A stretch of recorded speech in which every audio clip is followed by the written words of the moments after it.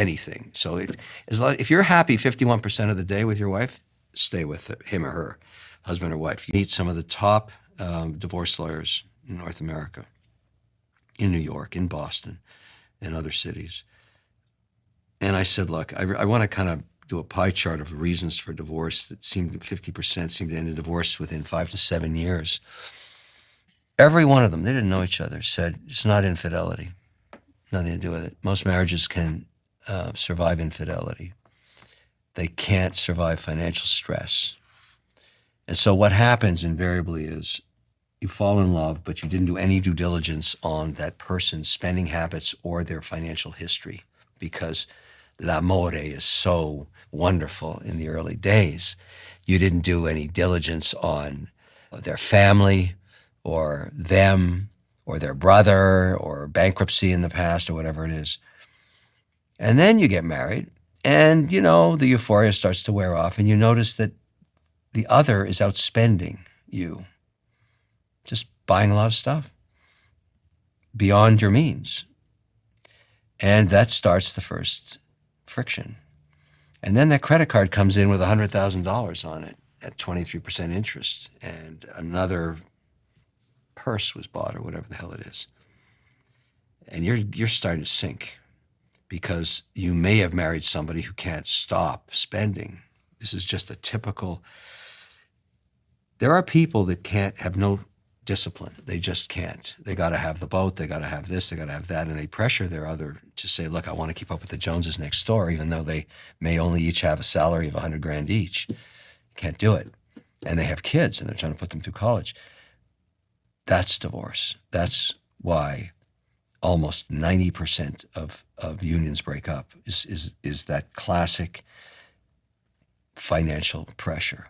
And divorce gets them out of that mess because they can no longer spend on your credit card anymore, but it's a horrible way to go. So I'm an investor in a company called Hello Prenup that does prenups for women. And prenups forced during the euphoric period, every time you get divorced, you pay the woman that you divorced or man, and you pay the government a third, often through capital gains and liquidation, because you can't separate all the assets without liquidating them sometimes. So you've got the government sitting there, you've got the other spouse sitting there. This is the stupidest thing you can ever do. It took your whole life to actually create this nest egg. It could be, you're 45 or whatever, you've got a comfortable life, and all of a sudden you don't like your wife or husband. Think about that for a while, because you are going to wipe out up to 2/3 of your wealth. You better really like somebody else a lot. And frankly, sometimes it's not the other person that you're divorcing, it's you. You're the problem. If you're getting married for the third time, you're a guy or a woman, it's not them, it's you. There's something wrong with you. And you should probably not get into another economic union. You should probably just date till you drop dead, because it's stupid. Marriages are tough. I mean, they're tough. Anybody who's been married for more than 20 years knows exactly what I'm talking about.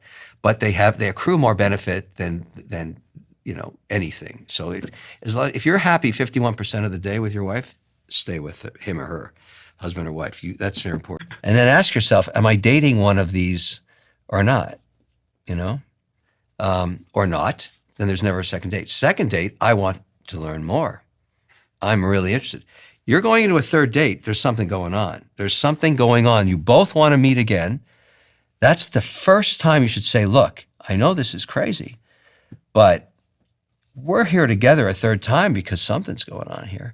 And I'm just wondering, what are your long-term goals? I mean, it's not about our marriage or anything else other than we're having a great time, but what are your ambitions? I'm really interested in you. I'd like to know what you think.